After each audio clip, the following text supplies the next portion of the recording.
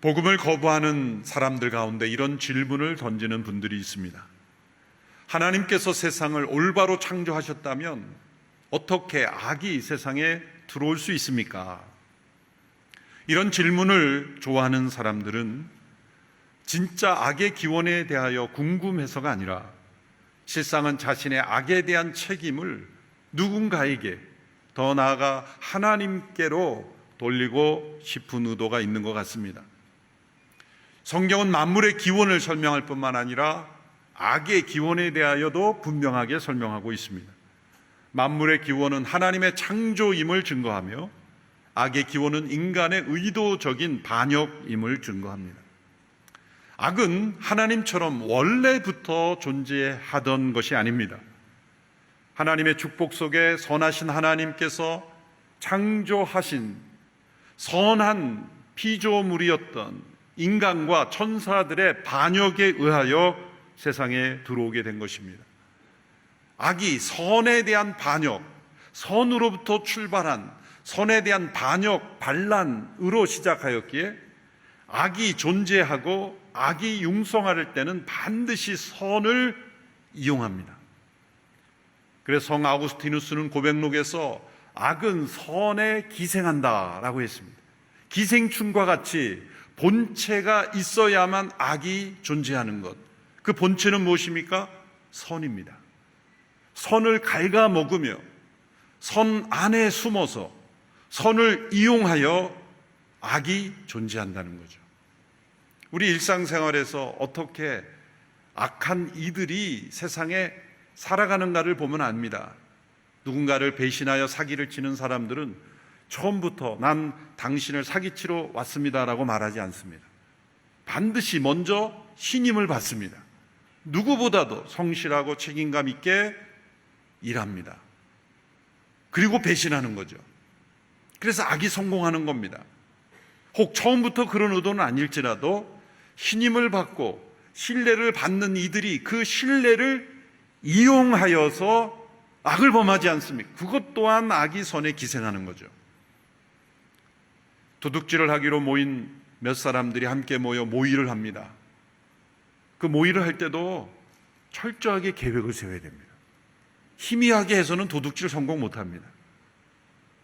또 도둑질을 할 때 팀워크가 잘 맞아야 됩니다. 누군가가 제 역할을 못하면 안 됩니다. 자기만 생각해서는 안 됩니다. 또 성실해야 됩니다. 남들 다 잘 때 깨어 있어야 됩니다. 보십시오. 치밀한 계획, 팀워크, 성실함 다 선의 영역이에요.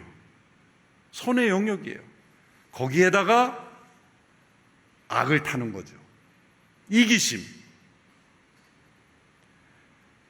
탐욕이 들어감으로 악이 선을, 앞에 있던 선을 이용하여 자신의 목적을 이용하게 되는 겁니다. 악은 그 자체로 세상에 성공할 수 없어요. 악이 세상에 번성할 때는 반드시 선을 이용하여 악이 자라나는 것을 보면 선에 대한 반역으로 악이 시작되었다는 하나님의 말씀이 진리인 것이죠. 고대로부터 현대에 이르기까지 선과 악은 동등한 세력으로 존재해왔다라는 그런 철학, 그런 세계관은 잘못된 것입니다. 성 어거스틴이 마니교라는 이단, 그것이 선과 악이 원래부터 동등한 힘으로 존재했다라는 그런 이단에 8년 동안이나 빠져서 허우적거리다가 그것이 잘못되었다는 것을 하나님의 말씀을 통해 깨닫고 돌아왔기 때문에 이 문제를 그가 명확하게 말할 수가 있는 것입니다. 악에 대한, 선에 대한 반역으로 악이 시작되었기에 타락이란 선한 존재에서 추락한 것입니다. 진화론자에 말하는 것처럼 인간은 점점 단세포에서 다세포로, 다세포에서 고등생물로 그 육체가 진화되는 것처럼 도덕 윤리 수준도 점점 열등한 수준에서 고등한 수준으로 발전하는 것이 아니라 원래 우리가 지금 상상할 수 없는 선하고 탁월하고 위대한 수준의 차원에서 추락한 상태가 바로 우리의 모습이라는 거죠.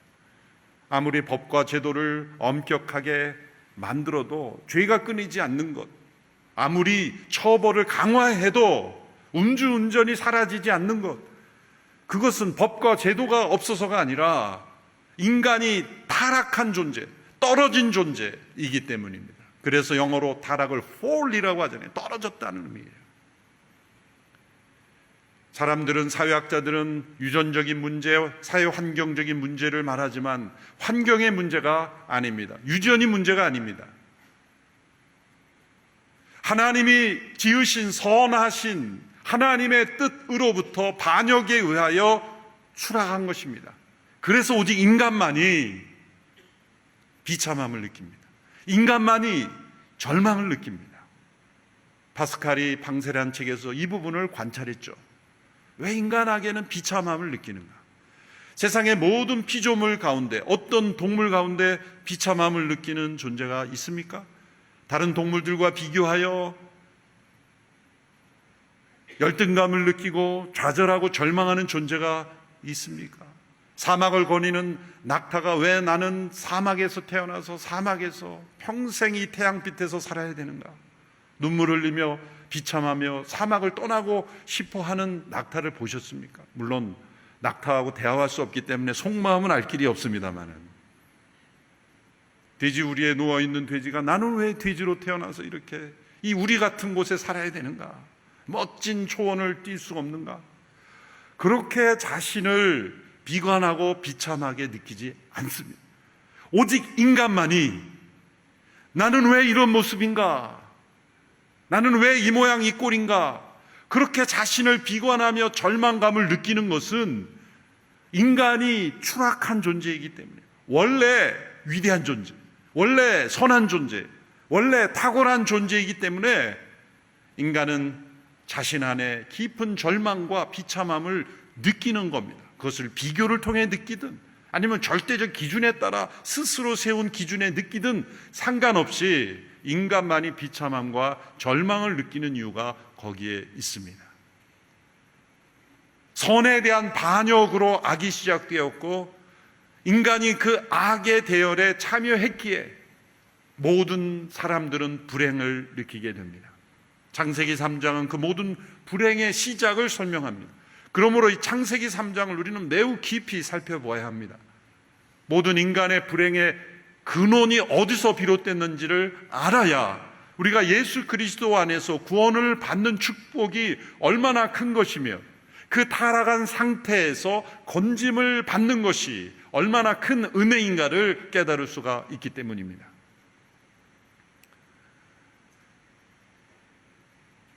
인간이 타락하도록 만든, 영향을 미친 존재가 창세기 3장에 나타납니다. 사탄입니다.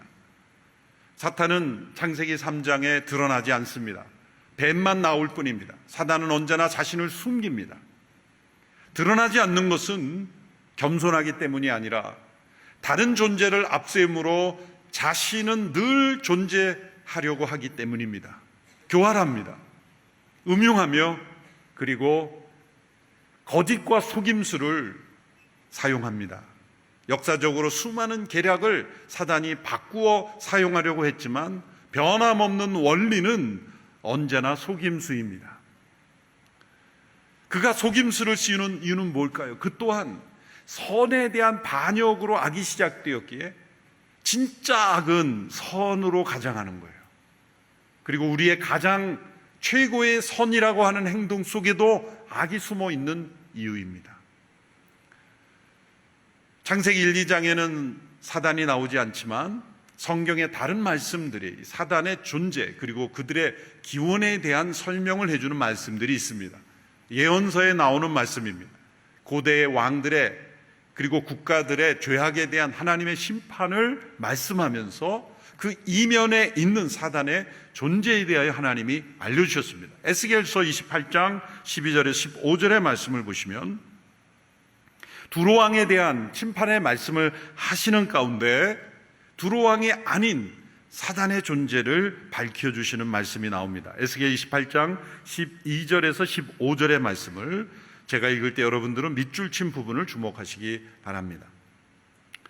인자야 두로 왕을 위하여 슬픈 노래를 지어 그에게 이르기를 주 여호와의 말씀에 너는 완전한 도장이었고 지혜가 충족하며 온전히 아름다웠도다. 내가 옛적에 하나님의 동산 에덴에 있어서, 두로 왕이 에덴에 있은 적이 없죠. 하나님의 동산 에덴에 있었던 존재라는 거죠. 각종 보석, 곧 홍보석과 황보석과 금강석과 황옥과 홍만호와 창옥과 청보석과 남보석과 홍옥과 황금으로 단장하였으며 내가 지음을 받던 날에 너를 위해 소고와 비파가 준비되었도다. 너는 기름 부음을 받고 지키는 그룹임이며, 자, 기름 부음을 받았다는 것은 하나님의 직임을 받고 지키는 이 수호의 어떤 사명을 받은 그룹들이었다는 거죠. 내가 너를 세우며 내가 하나님의 성산에 있어서 불타는 돌들 사이에 왕래하였도다. 내가 지음을 받던 날로부터 내 모든 길에 완전하더니 마침내 내게서 불의가 드러났도다.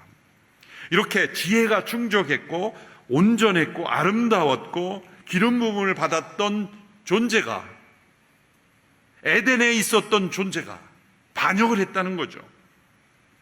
이건 어떤 사람이 아니라 하나님께서 창조하신 영적 존재, 곧 어느 정도의 능력을 가진, 전능하지는 않지만 어느 정도의 능력을 가진 천사의 존재가 타락함으로 죄가 시작이 되었다는 걸 알 수가 있습니다. 하나님의 종인 천사들이 교만하여 하나님의 반란을 일으킨 것입니다. 그리고 인간을 그 반역에 참여시킨 것이 타락의 시작입니다. 왜 인간을 참여하게 했습니까? 왜냐하면 천사는 아무리 하나님께 반란을 해도 피조 세계에 미치는 영향력이 없기 때문입니다.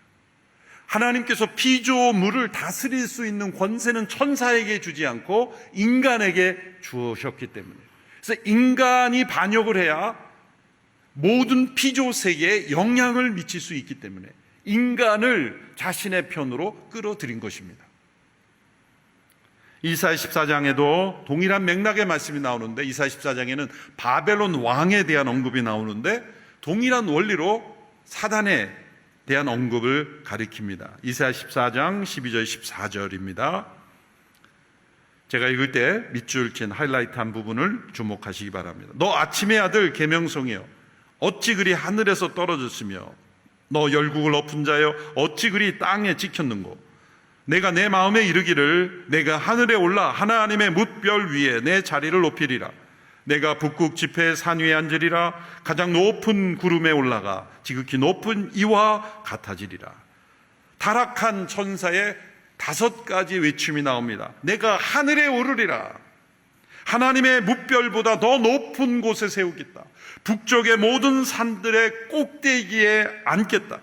저 구름 꼭대기 위로 올라가리라. 마지막으로 가장 높으신 분과 같아지리라. 사단의 타락한 의지가 나타납니다.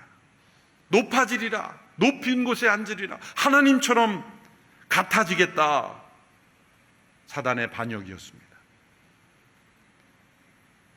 이 반역의 의지에 인간을 참여시킨 것이죠. 인간 편인 것처럼 찾아와 인간을 반역함으로써 사단이 하나님의 창조 세계에 영향을 미치게 된 것입니다. 그래서 이 세상에 대한 하나님의 반역은 반드시 타락한 인간, 또 하나님께 불순종하는 인간들을 통하여 사단은 영향력을 미치고 있습니다.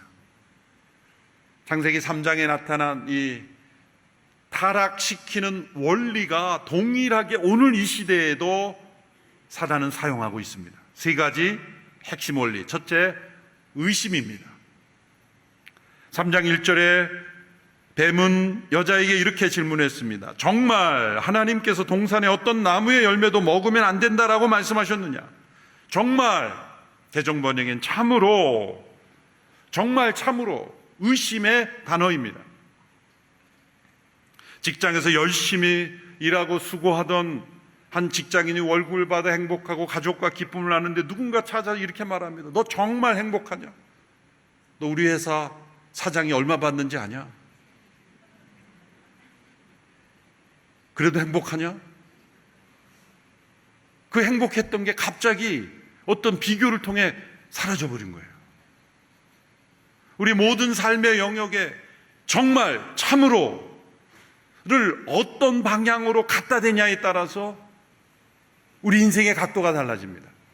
의심할 수 있는 것은 우리가 자유를 가진 존재라는 거예요. 그런데 그 의심을 어디에다가 사용하느냐입니다. 정말 하나님께서 모든 나무의 열매를 먹으면 안 된다고 말씀하시는 뒤에 보면 사실 틀린 말입니다. 어떤 나무의 열매도 먹으면 안 된다라고 하지 않으셨어요. 그런데 의심을 동반하여 잘못된 사실을 주입했을 때 이 여자가 혼동하게 됩니다. 앞에 부분은 맞는 말을 하죠. 나무 열매들을 먹어도 된다. 그러나 동산 한가운데 나무 열매는 죽지 않으려거든 먹지도 말고 건드리지도 마라 라고 했다. 왜곡하였습니다.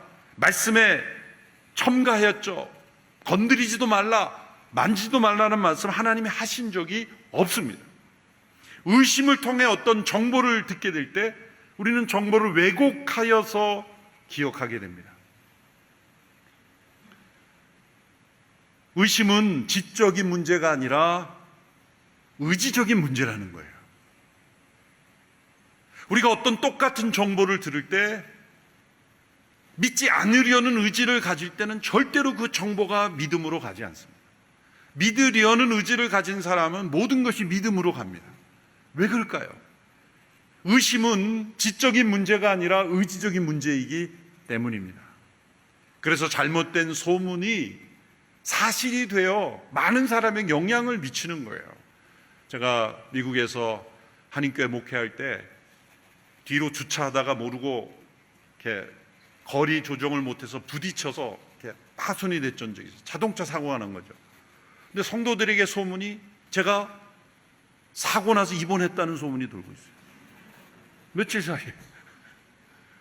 그처럼 몇 사람에게 거치면 똑같은 정보가 부풀려지거나 축소되는 경향이 있는 거예요.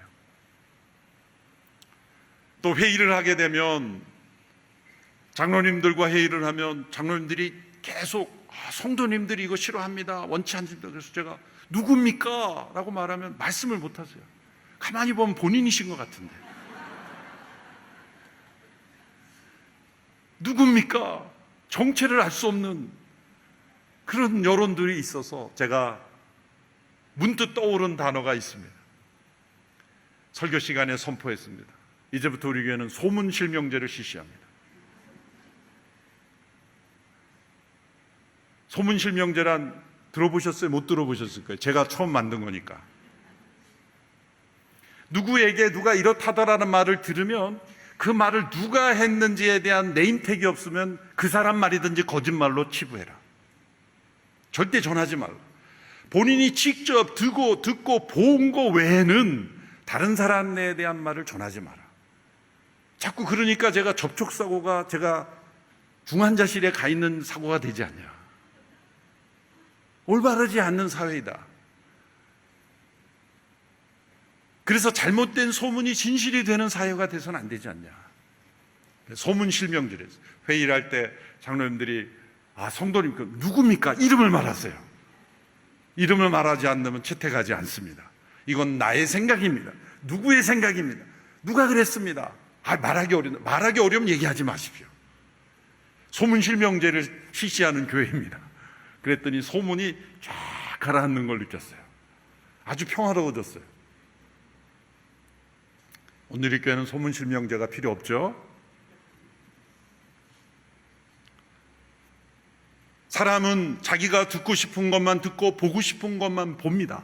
그걸 선택적 지각이라 그러죠. 선택적 지각이라. 왜 그렇습니까? 의심이라는 것은 지적인 문제가 아니에요. 의지적인 문제인 거예요.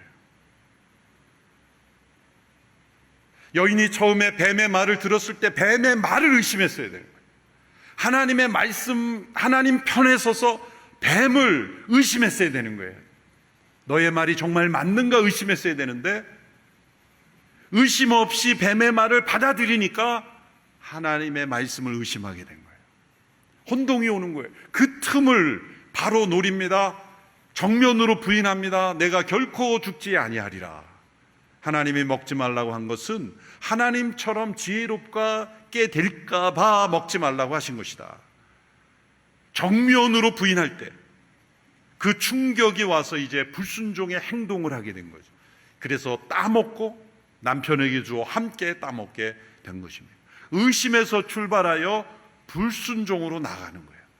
그래서 우리는 의심이 있으면 그 의심의 밑에는 불순종의 의지가 있다는 것을 우리는 늘 기억해야 합니다. 여러분, 우리는 예수 그리스도를 믿고 구원받은 성도라도 우리의 마음속에 하나님을 대적하는 악한 의지가 있다는 걸 알아야 돼요. 내가 다 말씀을 못 깨달아서 안 믿는 게 아니라 믿지 않으려는 의지가 있기 때문에 깨닫지 못하는 거예요. 성도들이 왜 하나님의 말씀을 열심히 읽지 않을까요? 변화될까 봐. 기도를 왜 열심히 안 합니까? 거룩해질까 봐. 잘 생각해 보세요. 말씀을 읽으면 내가 이상해질까 봐, 타락한 사람이 될까 봐 안 읽습니까? 아니죠. 약하기 때문에 말씀과 기도를 멀리 하는 게 아니라 악하기 때문에, 악한 의지가 있는 거예요. 저는 말씀을 다 깨닫지 못해서 못 믿습니다가 아니라 안 믿으려는 의지가 있기 때문에 말씀을 깨닫지 못하는 거예요. 예수님은 말씀하셔서 하나님의 뜻을 행하고자 하면 알게 되리라. 우리는 거꾸로죠. 하나님의 뜻을 깨닫게 해주시면 행하겠습니다라고 자꾸 변명을 하는데, 하나님은 아니다. 행하려는 의지가 없기 때문에 깨닫지 못한 것이다. 우리가 이 인간관계 속에도 알잖아요. 가족끼리 대화할 때 진짜 행하고자 하는 의지가 없으면 자꾸 말을 흘려요. 뭐라 그랬지? 뭐라 그랬지? 의지가 있으면 다 알아듣습니다. 아니, 그 너머를 깨닫습니다. 그러니까 근본적으로 의지가 없으면 잘 못 알아듣고 헷갈리고 혼동하게 되고 오해를 하게 되는 거예요. 그래서 예수님께서 말씀할 때 너희는 마음을 다하고 성품을 다하고 힘을 다하여 하나님을 사랑하라. 이것은 너희들이 성경 공부 열심히 해야 사랑할 수 있다가 아니라 하나님을 사랑하는 의지로부터 출발해야 너희들이 말씀도 깨닫고 하나님을 기뻐하는 감정도 일어나게 된다. 우리는 거꾸로 생각해요. 나에게 무슨 기쁨이 있어야 말씀을 알고 말씀을 알아야 행할 수 있다고 생각하는데 정반대입니다. 감정이 먼저고 지성이 따라오고 의지가 따라오는 것 같지만 아닙니다. 그건 세상의 타락한 질서고, 하나님의 질서는 하나님 편에서는 의지가 앞서고 그 다음에 지성이 따라오고 그 다음에 감정이 따라오는 거예요. 하와가 의심을 받아들였을 때 그것은 곧 불순종의 의지로 나아가게 됐다는 것을 기억해야 합니다. 두 번째로 사단이 사용하는 무기는 우리 안에 있는 욕구를 잘못된 욕망으로 바꾸는 것입니다. 사단은 많은 사람들을 연구해 왔습니다. 수많은 사람들을 연구해서 그 사람의 가장 약한 욕구를 파악합니다. 그리고 그 연약한 욕구를 채워야만 내가 행복하고 내가 자유로울 수 있다라고 그렇게 속입니다. 그것이 전부인 것처럼 포장합니다. 욕구 자체는 나쁜 것이 아닙니다. 하나님께서 우리에게 주신 여러 가지 욕구를 통하여 하나님 인간이 존재하셨고 또 삶을 살게 하셨습니다. 문제는 그 욕구가 왜곡되고 그 욕구의 가치 우선순위가 바뀌게 된 거예요.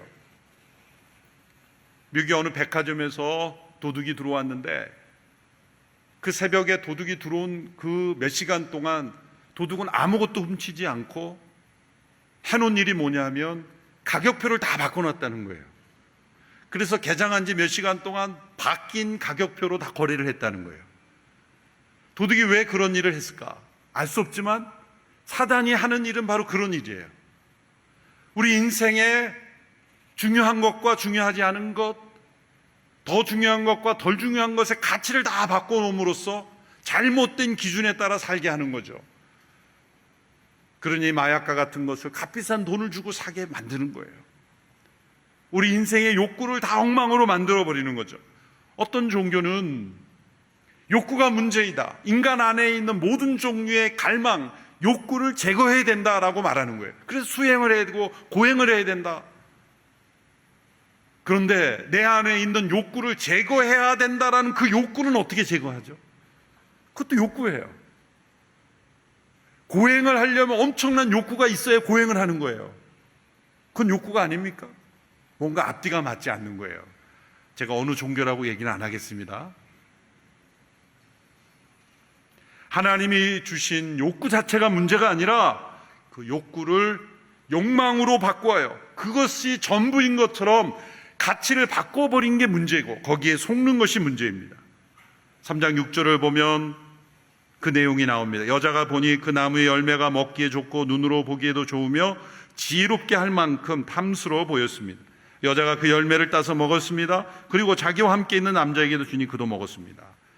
이 말씀이 가르쳐 주는 건 뭡니까? 배고픔 때문에 따먹은 게 아니라는 거죠. 배고픔의 욕구 때문에 따먹은 게 아니라 배고픔의 욕구는 없었다는 거예요. 얘 이미 풍족하게 먹을 것이 많았기 때문에. 그러면 어떤 욕구 때문에 따먹었습니까? 배부름의 상태에서 빠지게 되는 욕구. 그건 높아지려는 욕구였어요. 보면 눈으로 보기에 좋고 지혜롭게 할 만큼 탐스럽다. 이건 배고픔의 욕구가 아니라는 거죠. 또 다른 차원의 자신의 가치를 높이고 싶은 교만의 욕구.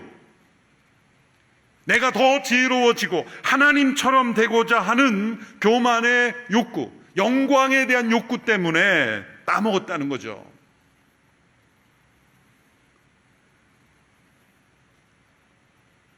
왜 사단이 여자에게 먼저 접근하고 남자에게 먹게 했을까? 어떤 남성 학자들은 여자가 먼저 타락할 것은 책임이 크다. 여자 책임론을 주장하는 분들이 있어요. 그런데 하나님께서 책망하실 때는 남자를 먼저 부릅니다. 여자를 먼저 부르지 않고. 왜냐하면 그 모든 과정에서 남자가 옆에 있었거든요. 옆에 있으면서도 막지 않았고 함께 참여했는데 하나님은 남자의 책임을 더 먼저 물으세요. 먼저 지음을 받았고 하와는 간접적으로 들었지만 아담은 직접 들었거든요. 결국 두 사람은 배고픔의 욕구보다 더 강한 배부름의 욕구에서 나온 것입니다. 우리가 살아가는 이 세상 속에서도 배고파서 짓는 죄가 있고 배부른 사람이 지은 죄가 있어요. 어느 것이 더 큰 범죄일까요? 둘 다 죄지만 하나님 보시기에는 배부른 자들이 범하는 죄를 더 크게 보시는 거예요. 세 번째 사단이 지금도 사용하는 방법은 분열을 시키는 것입니다. 하나님이 창조하신 최초의 인간들은 완전한 관계의 축복을 누렸습니다. 하나님과의 친밀함의 관계의 축복이 깨어졌습니다. 반역으로 인하여. 그래서 하나님으로부터 피하고 숨는 존재가 되었습니다. 자기 자신과 완전한 조화를 이루었습니다. 그런데 수치심을 느끼고 부끄러움을 느끼게 되었다는 것, 자기 자신 안에 분열이 일어났다는 거예요. 다른 사람과의 관계도 평화로운 하나된 관계였습니다. 여자를 보고 내 살 중에 살이요 뼈 중에 뼈라고 했던 아담이, 아담아 내가 왜 그렇게 했느냐라고 책망하셨을 때 하나님이 제게 주신 여자가 주어서 먹었습니다. 책임을 전가하는 변명을 하게 됩니다. 여자에게 질문하자 여자는 대답했습니다. 뱀이 꿰어서 먹었습니다. 책임을 또 전가하는 거죠. 모든 인간관계에 내 책임입니다 라고 말하지 않고, 나의 문제라고 말하지 않고, 다른 누군가의 책임입니다, 저 사람 때문입니다, 하나님이 주신 저 사람 때문입니다 라고 말함으로 궁극적으로는 하나님께 책임을 던지는 거죠.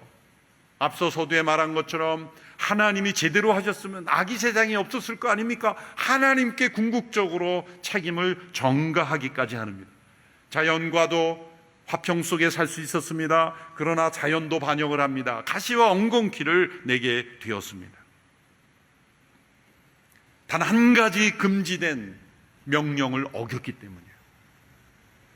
그 한 가지 외에 무한대의 자유, 축복의 동산, 모든 것을 먹을 수 있고 모든 것을 행할 수 있는 그 자유가 있음에도 왜 그 한 가지를 어겼을까? 그 한 가지가 마음에 늘 걸린 거예요. 저 한 가지의 금지 명령이 있는 한 우리는 완전하지 않다. 완전히 자유롭지 못하다. 요즘 말로 하자면 우리의 인권은 어디에 있냐? 우리가 진짜 인권을 가지려면 이 한 가지 금지가 없어야 된다라는 거 생각했던 거예요. 하나님이 창조하신 질서를 거스름으로 반역의 길을 택하게 된 겁니다. 그 결과 인간은 죄와 저주, 불행 가운데 살게 되었어요. 우리는 아담과 하와의 책임 때문이라고 책임을 전가해서는 안 됩니다. 아담과 하와의 원죄가 우리 가운데 있지만 또 우리가 행하는 똑같은 죄로 인하여 우리가 죄인으로 살고 있기 때문입니다. 그러나 놀라운 것은 이러한 반역에 대하여 하나님은 내버려 두지 않으셨습니다. 하나님은 그 반역을 진압하시고 다시 하나님의 나라의 주권을 회복하시고 깨어졌던 관계를 회복하시고 분열된 관계를 하나 되게 하시며 우리의 잘못된 욕망에 어그러진 것을 다시 제자리를 찾게 하시고 그리고 우리 안에 있는 이 의지적인 의심을 하나님께 대한 신뢰로 바꾸어 주시는 일을 하셨습니다. 그것은 오직 예수 그리스도 그분의 십자가 앞에서만 가능한 겁니다. 아담 안에서 태어난 옛사람은 십자가에 못 박혀 죽음에 넘기우고 우리 안에 성령으로 새롭게 태어난 새 사람은 이제 하나님의 선한 뜻을 기뻐하며 하나님의 뜻을 순종하고자 하는 의지로 살아가며 마음과 뜻과 힘을 다해 하나님을 사랑하며 그리고 하나님께서 우리에게 주신 모든 것 가운데 하나님 안에서 하나됨을 경험할 수 있도록 인도하시기 때문입니다. 그러나 타락의 실상을 알아야 이 구원의 축복을 깊이 알 것입니다. 금주와 다음 주에 걸쳐서 창세기 3장에 나타난 이 타락을 통해 우리 자신을 알고 인간의 실상을 알므로 그리스도 안에서 주어진 이 구원의 축복을 더욱 깊이 감사하고 하나님의 은혜를 찬양하는 우리 모두가 되기를 축원합니다. 기도하겠습니다. 창조주 하나님의 선한 역사에 반역한 우리들을 그리스도 안에서 구속하시니 감사합니다. 이 하나님의 회복의 역사에 믿음으로 참여하며 하나님의 뜻을 기뻐하는 주님의 선한 백성들이 다 되게 하여 주시옵소서. 예수님의 이름으로 기도하옵나이다. 아멘.